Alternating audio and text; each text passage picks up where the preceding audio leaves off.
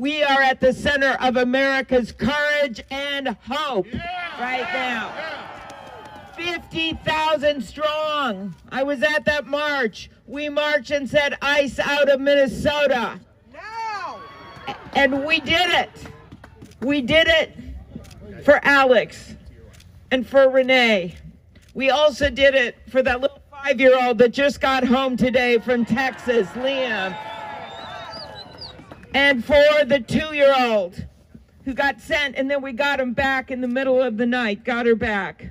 Yeah. That's what's happening across our state right now. Yeah. But what I respect here, Everett, about what you're listening to with union leaders is it just shows you right now that unions, when unions are strong, the economy's strong. Yeah. When unions are strong, our rights are strong. Yeah. And when unions are strong, America is strong. Yeah. And that's what this is about.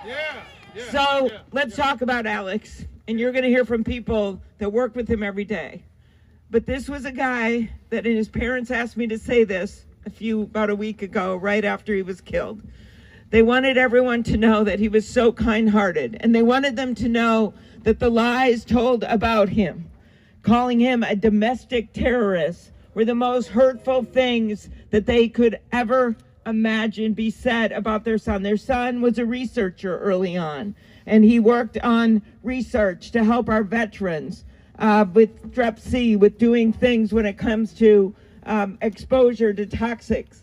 He also then went on to join this incredible workforce of self-sacrifice to be on the front line for our workers, to be on the front line for our veterans, so that he believed in his heart that when a veteran needs health care, we think back, when they sign up to serve, there isn't a waiting line. And when they need good health care, when they're home in the United States of America, there should never be a waiting line in our country.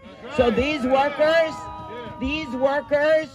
are the ones who are those guardian angels. They are treating the patients with PTSD. They are treating, and I know you know what I mean, they are treating our veterans sometimes in the closing hours and the closing days of their lives. And you've all seen that video of Alex when he gave the last salute to that veteran. The kids of these veterans have been on TV. They've come forward and said how much Alex meant to their families and that he treated every patient like it was his only patient. And I'm going to end with the words of one of his coworkers, maybe here, Caitlin, a doctor and a coworker of Alex's. And she said, Alex cared deeply for the veterans that we served. And he was, in her words, a patriot, because he cared so deeply for this country and for the values that everyone here shares, regardless of political affiliation. The last words of Alex, you all know it, was when he looked at a woman who'd been shoved down by border control agents, and he said, what did he say? Are you okay? And I think we have all asked ourselves that question over the last few weeks, and the answer isn't always yes. But in Alex's name, in his name and for what he stood for, we must get to a higher ground. We must continue to take this on. And in his name, we want to be able to say on behalf of our state and our country, when his memory and his vision and that guardian angel asked that question, are you okay? We want to be able to say to proudly for this nation, because you stood up, yes. Okay, thank you so much. Thank you. And talked that we had lots of conversations about what Alex felt about things. He showed up for his coworkers. We work in an environment that can be hard. We take care of some of the sickest people, and we do that because we want to. We want to take care of those people, and Alex showed up for those people. I was shocked to see my face with Alex in that video on the internet. I'm thankful that we have that moment captured. We don't always know the impact we're having on people when we go and do, our daily job and our daily career and our thing that we care about. But I'm telling you that the amount of people that have reached out to me personally and to my friends and family, people care, and it's so nice that you have done that. I didn't know how we were going to get through this week. It's been devastating, horrifying, terrible, all the things that you can imagine, and yet we're still taking care of the sick people. But you know what happened? Everyone showed up for us. We got cards and gifts and of food, coffee, candy, notes, flowers.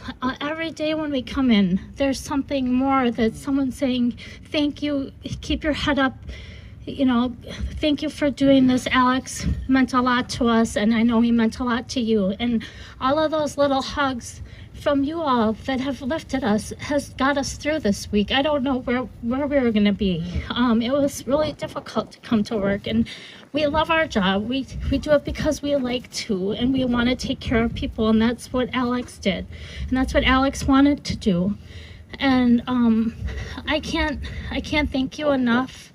The different ICU families that have reached out to. I wanted to quote one of the cards. I think it was Regions ICU, and I'm sorry to not name you all personally. I know like the University of Minnesota ICU teams and Fairview and Essentia and Masonic and Regions, and everybody has reached out. And you know, you think of that like just a small gesture, but to us, that was just a hug. It was a kindness, and you didn't have to do it, and you did it. And I thank you so much. And what the person said on the card, sorry, one second. I'm a little nervous.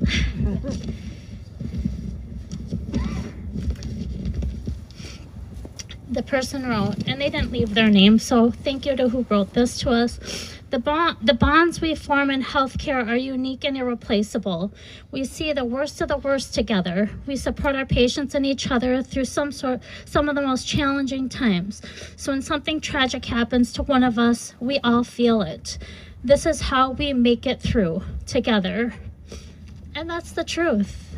The truth is, with you guys here, keeping Alex's voice, his cares, he lived to help others, and that's what he did. And we were so fortunate to know him and have him as a friend and care for him intimately on a daily basis. We relied on him, and he relied on us, and that's our family. And we're broken without him, and we miss him. And I just thank you all. Yeah. Thank you, Angela. All right.